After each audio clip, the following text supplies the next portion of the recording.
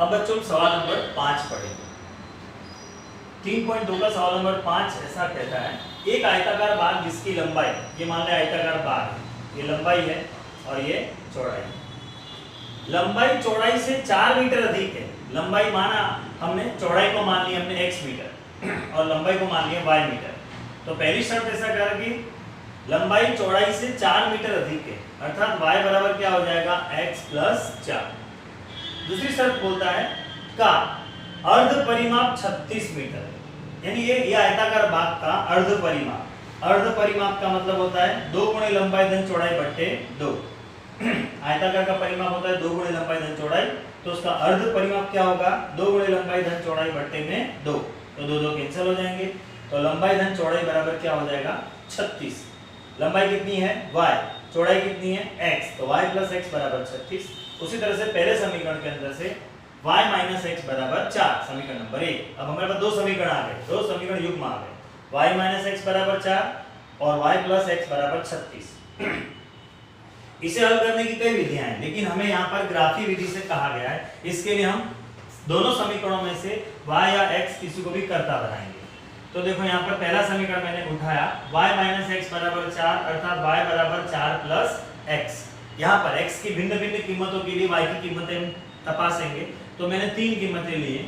x बराबर यदि 0 लेते हैं तो y बराबर क्या हो जाएगा 4 प्लस 0, यानी y बराबर कितना हो गया 4। उसी तरह से x बराबर माइनस 4 लिया तो y बराबर 4 माइनस 4 यानी कि 0। और y बराबर x बराबर यदि हम 1 लेते हैं तो y बराबर 4 प्लस 1, अर्थात क्या हो जाएगा 5। तो ये 3 त्रिपुटी बनी, हमारे पास 3 बिंदु हमें प्राप्त हुए, a 0 4, b माइनस 4 0 और c 1 5। इसी तरह से समीकरण नंबर 2 पर से देखिए। समीकरण नंबर 2 x प्लस y बराबर 36 है, y को फिर से करता बनाया 36 माइनस x, अर्थात x की कीमत हम भिन्न भिन्न रखेंगे। तो x बराबर हमने सबसे पहले क्या रखा 10, तो y बराबर क्या हुआ 36 माइनस 10 यानी 26। उसी तरह से x बराबर 26, हम बड़ी बड़ी कीमतें लेंगे जो अनुकूल हमारे घटाव और जोड़ में आ सके। x बराबर 26 लिया तो y बराबर 36 माइनस 26, अर्थात कितना हो गया 10। अब x बराबर 16 लिया तो y बराबर 36 माइनस 16, अर्थात कितना हो गया 20। इसी प्रकार से इसमें भी 3 युग्म हमने प्राप्त किए, 10 26, 26 10 और 16 20। अब हम क्या करेंगे बच्चों, आलेख करेंगे। चलिए हम आलेख बारे में चर्चा।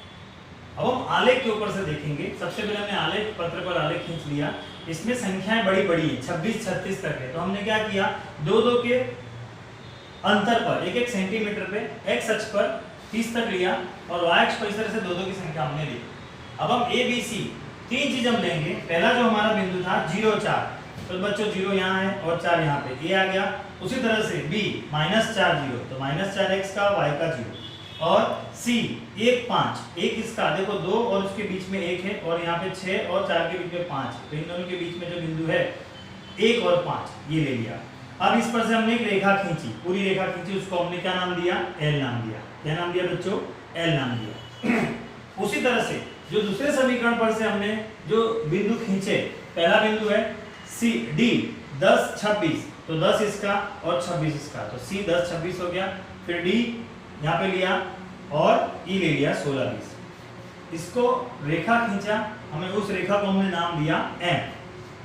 अब ये दोनों रेखाओं को मिलाती हुई रेखा हमने खींची ग्राफ पेपर पर, तो हमें प्राप्त हुआ कि दोनों रेखाएं, इसको देखो A B C को पीछे की तरफ खींचो और D E F, D E और F इसको पीछे की तरफ अगर खींचेंगे तीनों को, तो हमें ये दोनों रेखाएं L और M एक बिंदु F यानी 16 x का और y का 20 पर दोनों प्रतिच्छेदित करती हुई हमें मालूम पड़ती हैं। इसका मतलब ये होता है कि हमारा आंसर x बराबर 16 आया, यानी चौड़ाई हमारी 16 मीटर आ रही है और लंबाई हमारी आएगी 20 मीटर, जो हमने पहले माना था। सवाल समझ में ना आए तो फिर से एक बार सीखना है, और इसको 2 2 बार सवाल को लिखोगे तो ही सवाल